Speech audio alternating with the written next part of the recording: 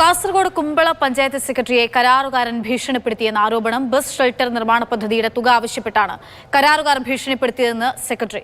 പരാതി നൽകാൻ ഒരുങ്ങിയപ്പോൾ ഭരണസമിതി പിന്തിരിപ്പിച്ചെന്നും പഞ്ചായത്ത് സെക്രട്ടറി കെ സുമേഷ് പറഞ്ഞു. ഇമെയിൽ മാത്രമേ ഉള്ളൂ സത്യസന്ധരായ ഉദ്യോഗസ്ഥരും സേവന ഉത്സുകരായ ഉദ്യോഗസ്ഥരും ഹീറോ ആവുന്നത്.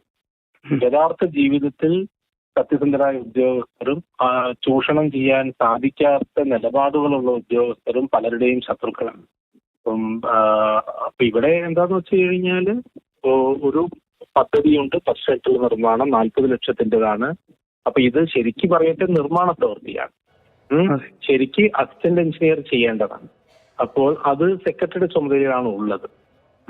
അപ്പൊ ഈ പ്രവൃത്തി നടന്നു എന്ന് പറഞ്ഞിട്ട് ഒരാള് റഫീഖ് എന്ന് പറഞ്ഞ ഒരാള് കഴിഞ്ഞ കുറെ ദിവസങ്ങളായിട്ട് ഓഫീസിൽ വന്നിട്ട് ഇതിനു മുമ്പും ബഹളം ഉണ്ടാക്കി.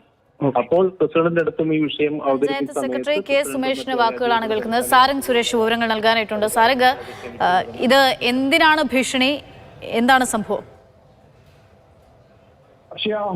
തിരുവനന്തപുരത്ത് ഹാബിറ്റേറ്റ് എന്ന കമ്പനിയാണ് കുമ്പള ടൗണിൽ തന്നെയുള്ള ബസ് ഷെൽട്ടറിനും അതിനോടൊപ്പം തന്നെ ടേക്ക് ബ്രേക്ക് പുനർനിർമ്മാണവുമായി ബന്ധപ്പെട്ട് 40 ലക്ഷം രൂപയ്ക്ക് കരാർ ഏറ്റെടുത്തത്. എന്നാൽ പറഞ്ഞ സമയത്തിന് കമ്പനിക്ക് ജോലി പൂർത്തിയാക്കാൻ സാധിച്ചിരുന്നില്ല.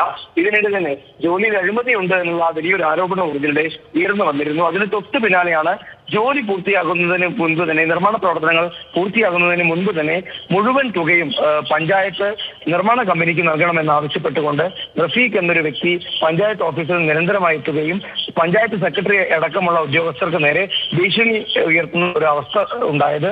നിരന്തരമായി ഫോണിലൂടെയും അല്ലാതെയും തന്നെ നിരന്തരമായി ഭീഷണിപ്പെടുത്തുന്ന ഒരവസ്ഥയുണ്ടായിരുന്നു. എന്നാൽ ഇതേ തുടർന്ന് പഞ്ചായത്ത് സെക്രട്ടറി പരാതിയുമായി മുന്നോട്ടേക്ക് വരുന്ന സാഹചര്യത്തിൽ ഭരണസമിതിയിൽ തന്നെയുള്ള പ്രധാനപ്പെട്ട ശരി, സാരംഗ് സുരേഷാണ് കാസർഗോഡ് നിന്ന് വിവരങ്ങൾ നൽകിയത്.